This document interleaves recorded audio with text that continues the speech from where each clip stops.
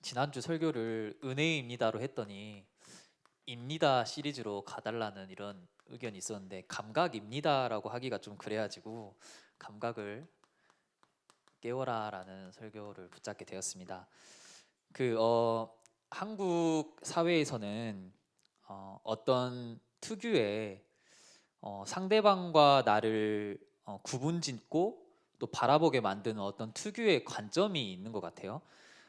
나 이런 부류야, 너 이런 사람이야, 너 이런 계층이야 하는 나와 상대방을 평가하고 바라보는 어떤 한국만의 그 특유의 관점이 있는데 그 관점은 철저히 이 눈에 보이는 것에 관점을 두는 것 같아요. 특히 눈에 확연히 보여야 되고 우리나라 사람들 같은 경우는 이 어떤 상하 그리고 좌우에 뭐 극에 치닫는 거를 되게 좋아하는 것 같더라고요. 우리나라 사람들은 위아래로는 뭐 위에 금수저부터 밑에 뭐 전혀 배경이 없는 사람. 저는 금수저거든요. 우리 천국 배경 가진 금 아니에요? 저는 금수저인데 어떤 회사로 봤을 때는 위에 사장부터 밑에 말단 신입사원까지. 근데 우리나라는 되게 이 명패를 중요시하는 것 같아요. 뭐 대표이사 누구누구, 뭐 사장 누구누구.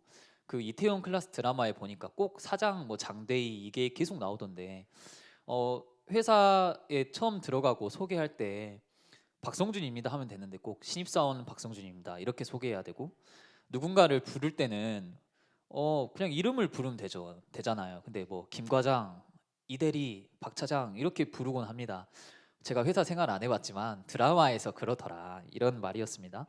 또 대학생으로 치면은 이 상하 좌우에서 4학년부터 1학년까지 이 파릇파릇한 새내기들부터 4학년을 암모나이트 화석이라고 표현을 하던데 아니 뭐 4학년은 뭐 고대 유물이에요? 뭐 학교 가면 안 되나?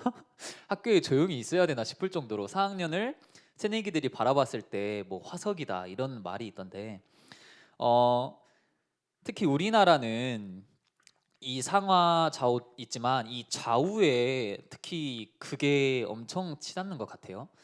그 코로나가 이 한국을 강타했을 때 대한민국 국민들이 뭐 대통령을 탄핵해야 됩니다 하니까 국민청원이 이렇게 쏴 올라왔다가 아니다 대통령을 응원해야 됩니다 하니까 국민청원이 이쪽에서 싹 올라왔다가 얼마나 치열하게 싸우던지 일본이나 미국이 선진국이라는 게 어떤 국가적인 재난, 재앙이 닥쳤을 때 아니면 어떤 국가적인 중대한 결정을 해야 될 때 좌와 우에 상관없이 모든 국회의원들, 정치인들이 하나 되어서 하나의 의견으로 또 서로 화합해서 이렇게 정하는데 우리나라 같은 경우는 어떤 일이 생겼을 때 서로 비판하고 비난하기에 바쁘고 서로 잘잘못을 따지고 뭐 하나 걸려봐라 이렇게 따지는 것 같아요.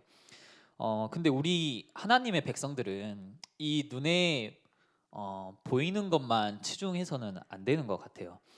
세상을 바라보는 관점이 달라야 되는데 이 눈에 보이는 것에 더해서 눈에 보이지 않는 것까지 볼 수 있어야 합니다. 눈에 보이지 않는 영적인 세계, 눈에 보이지 않는 영적인 것, 이걸 보려고 우리가 철저하게 노력을 해야 돼요.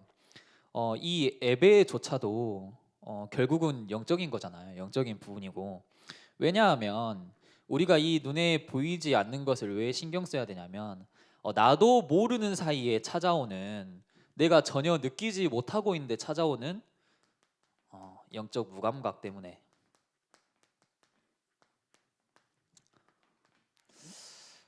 이번 지난주 월요일에 그 안양에 장례식이 있어서 올라가는 길에 몇몇 집사님하고 같이 갔거든요. 올라가는 길에 함께한 집사님이 이런 말을 해줬어요. 지금 코로나로 인해서 예배에 못 나오고 있는 상황인데 어, 처음에는 너무 힘들었대요.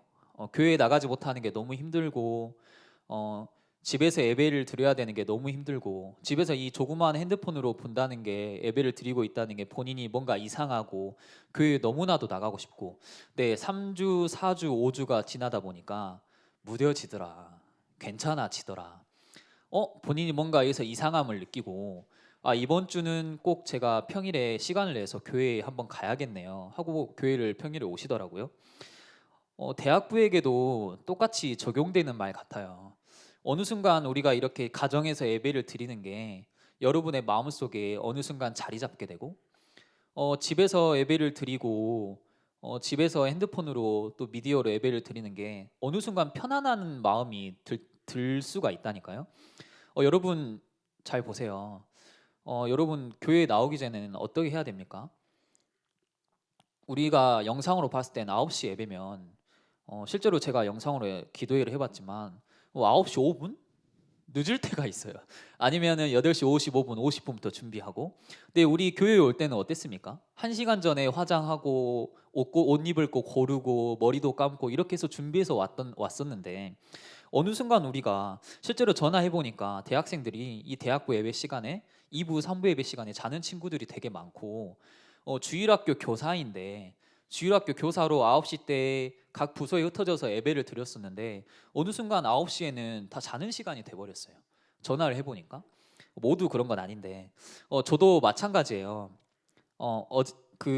여러분 중 누군가가 교회에 오지 않을 때 왜 안 나왔지? 하고 체크하고 점검했던 제 일상이었는데 이제 그런 게 없다 보니까 어느 순간 제 마음속에 여러분이 잊혀지더라니까요. 여러분이 제 관심과 생각 속에 점점 잊혀져요. 아니 어떻게든 잘 살고 있겠지 하고 방치하고 내버려두고 몇 주간 계속 교회에 나오지 못한 친구들은 이번 한 주 잠깐이라도 어떻게든 교회에 나올 수 있도록 해야겠다 이런 생각을 많이 하게 됩니다. 그 이강산 랩런트는 그 학교 수업을 교회에서 듣고 공부를 하더라고요. 참 좋은 생각이다. 역시다 이런 생각을 했는데 교회에 와서 예배당을 한번 이렇게 쑥 훑어보고 많이 못 모이니까 또 사람이 없을 때 와야 되니까 또 땅밟기도 해보고 함께 기도하는 시간을 일부러 시간을 내서 오도록 그렇게 만들어야겠다 이런 생각을 많이 하게 됩니다. 에레미야가 4장 3절에서 4절에 보면 일단 이 에레미야가 에레미야서와 에레미야애가를 썼거든요. 근데 이거를 구분짓는 기준이 뭐냐면 여기 하나의 멸망, 포로라는 게 있어요.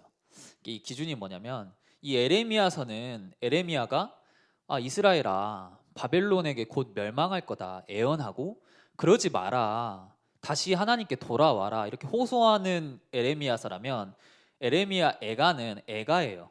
애가 슬픔을 노래하는 글 이미 멸망을 해버렸고 이미 포로가 된 상태에서 이스라엘을 향해서 이 슬픔을 노래하는 글이 에레미야 애가인데 에레미야 애가 4장 3절에서 4절에 보니까 이렇게 나와 있어요.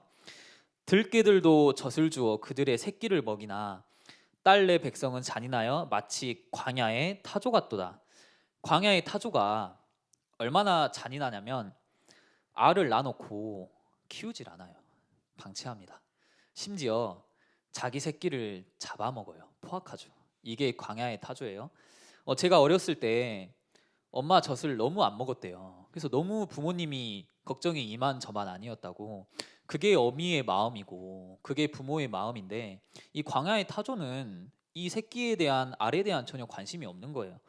아니 들깨들도 젖을 주어 그들의 새끼를 먹이는데 근데 내 백성은 마치 광야의 타조 같아서 이때 이스라엘이 얼마나 영적으로 무지하고 무감각하고 예배를 무시하고 이 말씀을 사모하지 않았냐면 4절에 젖먹이가 목말라서 혀가 입천장에 붙어버렸고 어린아이들이 떡을 구하나 떼어줄 사람조차 없는 후대에게 말씀을 전달할 수 있는 그런 상황도 안 되고 이 말씀이 아예 희귀하여 사라진 이 시대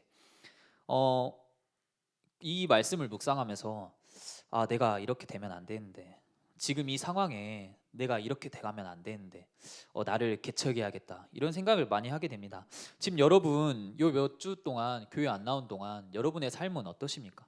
알게 모르게 영적으로 다운되어 있고 나도 모르는 사이에 이 예배 시간에 대한 인지 나도 모르는 사이에 한 주간 영적인 것을 생각하는 게 점점 희귀해지고 사라진다니까요. 저도 이 목회의 길을 처음에 정하고 결단하고 걸어가야겠다 생각했을 때, 이왕 제가 두 번 사는 건 아니니까 이왕 한 번 사는 인생, 하나님이 보시기에 정말 가치 있는 인생을 살아가고 싶다. 내가 어떤 경제 활동을 하지 않아도, 내가 어떤 수많은 돈을 벌지 않고, 어떤 화려한 차를 몰고 다니지 않아도, 내가 어떤 남들처럼 뭐 몇천만 원, 몇백만 원 이렇게 모으지 못해도, 내가 하나님이 보시기에 정말 가치 있는 인생을 살아가고 싶다, 이렇게 결단을 하고 정했는데, 어느 순간 그런데 시간이 지나고 나니까 제가 전혀 다른 곳에 가치를 두고 살아가더라니까요.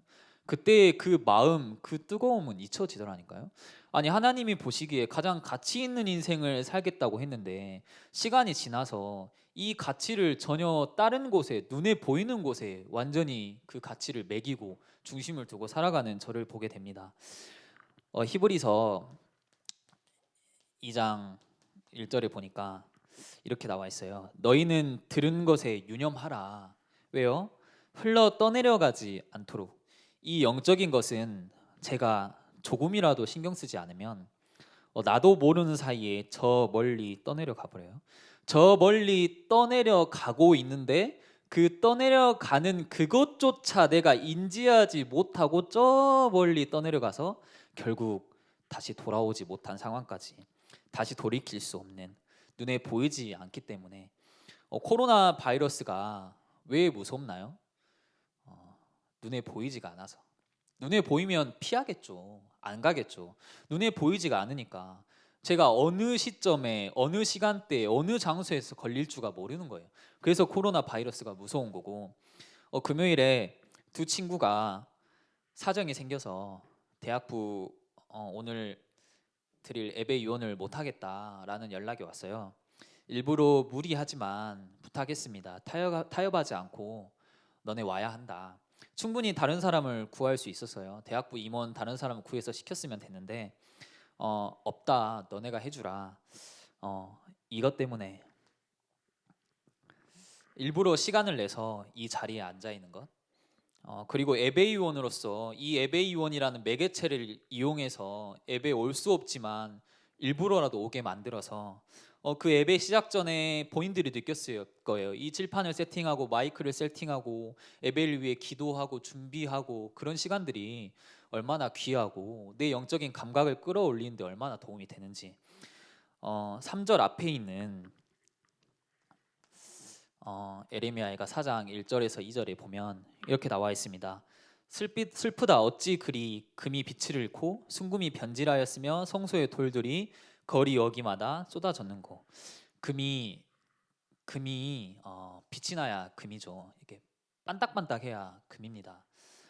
그래야 금을 구입하고 살 맛이 나고, 그래야 금으로서 가치를 인정받게 되는데, 근데 그 순금이 변질하여서 빛을 잃어버리니까 그냥 쓸모없는 고체일 뿐인 거예요. 순금에 비할 만큼 보배로운 시온의 아들들이 어찌 그리 토기장이가 만든 질항아리처럼 되어버렸냐. 질항아리가 뭐냐면 진흙으로 만든 항아리인데 언제든지 토기장이가 자기 마음에 안 들면 부셔버리고 다시 만들 수 있는 게 질항아리입니다. 순금이 어찌 그렇게 변했냐. 원래 우리는 어떤 존재였습니까? 원래 우리는 어떤 사람이었습니까? 지난주 강단 말씀에도 나왔어요. 우리는 구별된 사람이라고 했어요.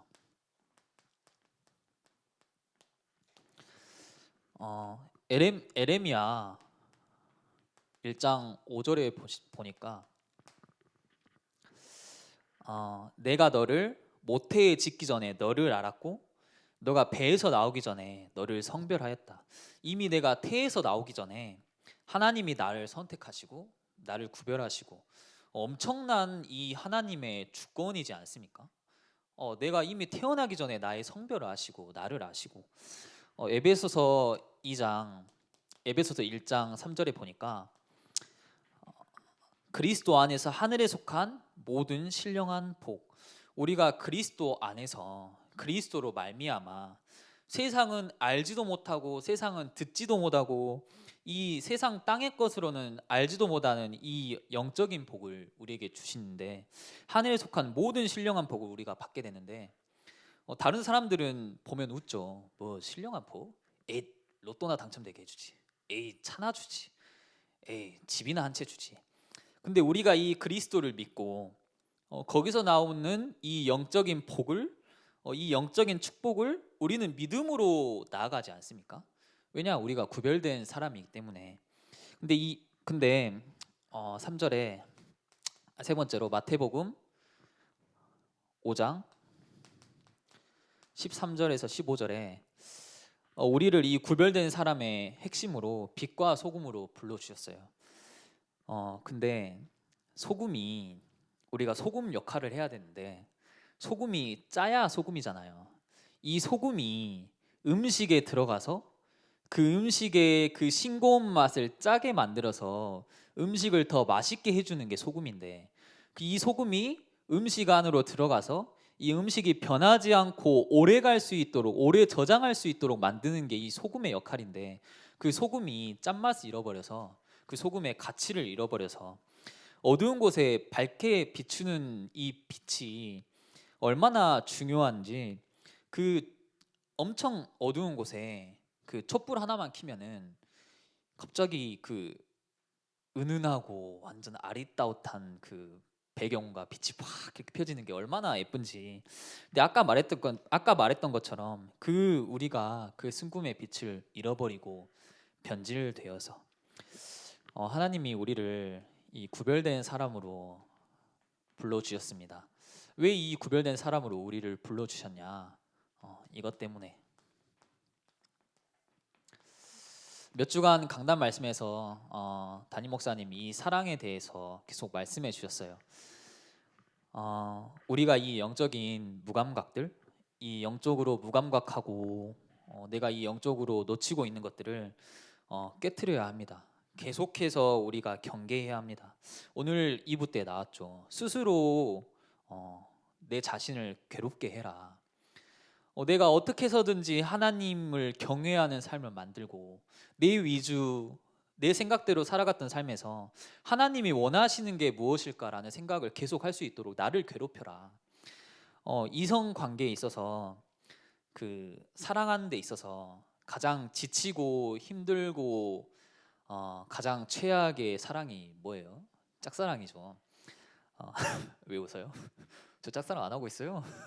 그 하나님이 우리를 사랑하시고 계속 돌보시고 바라보시는데, 우리는 영적으로 무감각해서, 영적으로 도저히 뭐 어떤 거를 분별할지 몰라서 우리가 이 주일날 하나님께 사랑을 고백하고 하나님을 찾아야 되는데 그걸 하지 않아서 주일날 여러분이 침대에 누워서 온통 미디어에 갇혀 있는 그 시간 동안 하나님을 찾을 시간에 하나님을 찾지 않아서 혹시 하나님을 짝사랑하게 놔두고 계시진 않는지, 이번 한 주 양방 소통의 사랑이 이루어지는 또 그런 시간 되는, 또 이제 고난 주간 부활절 이렇게 다가오는데, 스스로 나를 괴롭게 해서 이 영적인 무감각들을 깨버리고 구별된 사람으로서 하나님이 나에게 원하시는 모습이 뭔지, 내가 이 구별된 사람으로 내가 이번 한 주 또 올 한 해, 올 1학기 내가 어떻게 살아가야 되는지 점검하고 내게로부터 눈을 들어서 주를 보기 시작하는 한 주 되길 간절히 바라고 기도합니다.